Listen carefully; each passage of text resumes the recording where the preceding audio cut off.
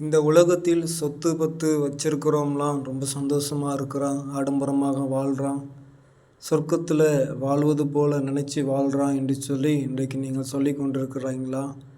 எனக்குன்னு என் மனைவி தவிர எனக்கு வேறு எந்த சந்தோஷமும் இல்லை. என்கிட்ட பணம் இல்லை, நகை இல்லை, ஆஸ்தி இல்லை, அந்தஸ்து இல்லை. ஆனால் சொத்து பத்து வைத்திருக்கிறவங்க எல்லாருமே நன்றாக இருக்கிறாங்களே. ஒருவேளை இந்த உலகத்தில் அவர்கள் சொத்து பத்தோடு கூட நன்றாக வாழ்கிறார்கள், அவர்கள் பரலோகத்திற்கு போவார்களா? இல்லை, என் இயேசுக்காண்டி எல்லாவற்றையும் நான் இழந்து நான் தவித்து வாழ்கின்ற நான் சொர்க்கத்திற்கு போவேனா? அந்த சொர்க்கத்தில் ஆண்டவராக இயேசு கிறிஸ்து எனக்கு நல்லதை செய்வாரா என்று சொல்லி ஒருவேளை உங்களுக்குள்ளாக ஒரு கேள்விகள் எழும்பிக் கொண்டிருக்கலாம். அருமையான சகோதர சகோதரிகளே, உங்கள் மனைவி கிட்ட சந்தோஷமாக இருக்கிறீர்கள், ஓகே.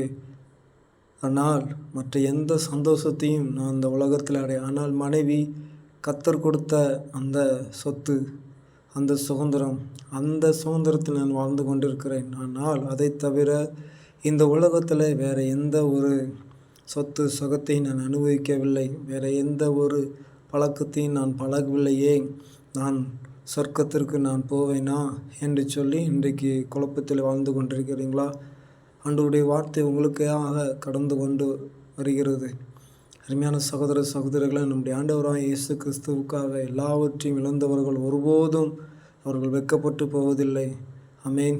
உங்களுக்கென்று நீங்கள் ஒருவேளை இந்த உலகத்தில் இடம் வாங்காமல் இருக்கலாம், பொன்னையும் பொருளையும் சேர்த்து வைக்காமல் இருக்கலாம். ஆனால் பரலோகத்தில் உங்கள் சொத்தை சேர்த்து வைக்கும்போது அந்த சொத்தை உங்களுக்கு கொடுக்க ஆண்டவராக இயேசு கிறிஸ்து ஆயத்தமாக இருக்கிறார். அதை பெற்றுக்கொள்ள நாமும் ஆயத்தப்படுவோம். கர்த்தர் நம்மையும் வழி நடத்துவாராக. ஆமென்.